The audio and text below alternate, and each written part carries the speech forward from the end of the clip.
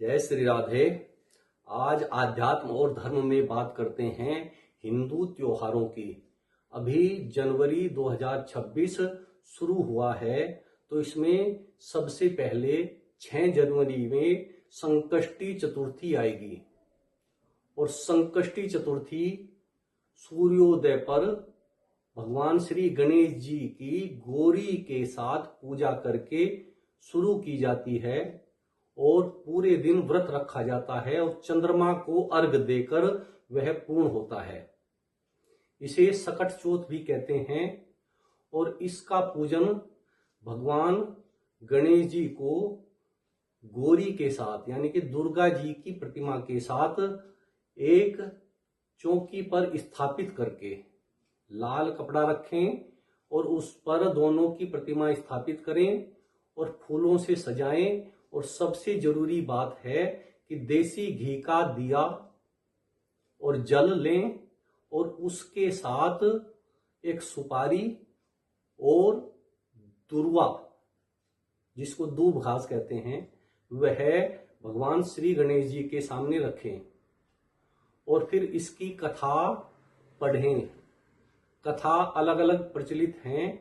तो एक कथा है कि किसी नगर में एक कुम्हार रहता था। वह कुम्हार जब अपने बर्तन पकाने लगा तो आवा बनाया, उसमें बर्तन नहीं पके तो वह राजा के पास जाता है और राजा से बोलता है कि आवे में बर्तन नहीं पक रहे हैं। तो राजा पंडित को बुलाता है और यह कारण पूछता है कि आवा क्यों नहीं पक रहा है।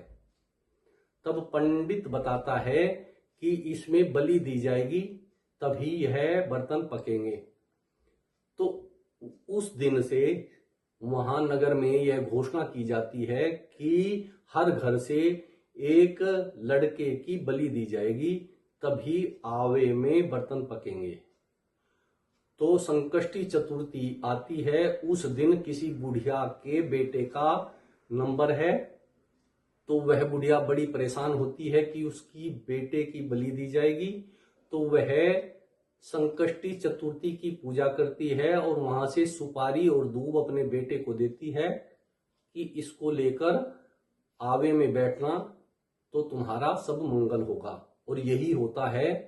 आवा जहां 3-4 घंटे में पकता है, उस दिन 1 घंटे में ही बर्तन पक जाते हैं और उसका पुत्र बिल्कुल सुरक्षित निकल जाता है।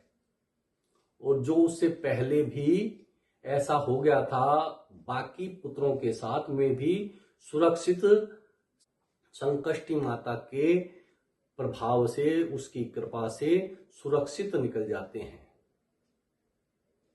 तो इस तरह से यह कथा पढ़नी चाहिए। और दुर्वा और जल, इससे चंद्रमा को अर्घ दें।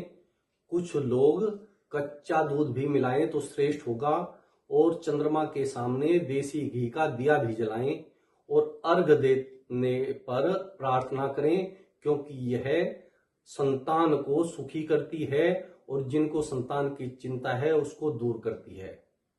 इस तरह यह संकष्टी चतुर्थी भगवान गणेश जी के पूजा से शुरू होती है। व्रत उपवास करने से पुण्य बढ़ते हैं और उसका फल अपने पूरे परिवार पे सुख समृद्धि से शुरू होता है और जीवन में शांति और सुख प्राप्त होता है। जय श्री राधे।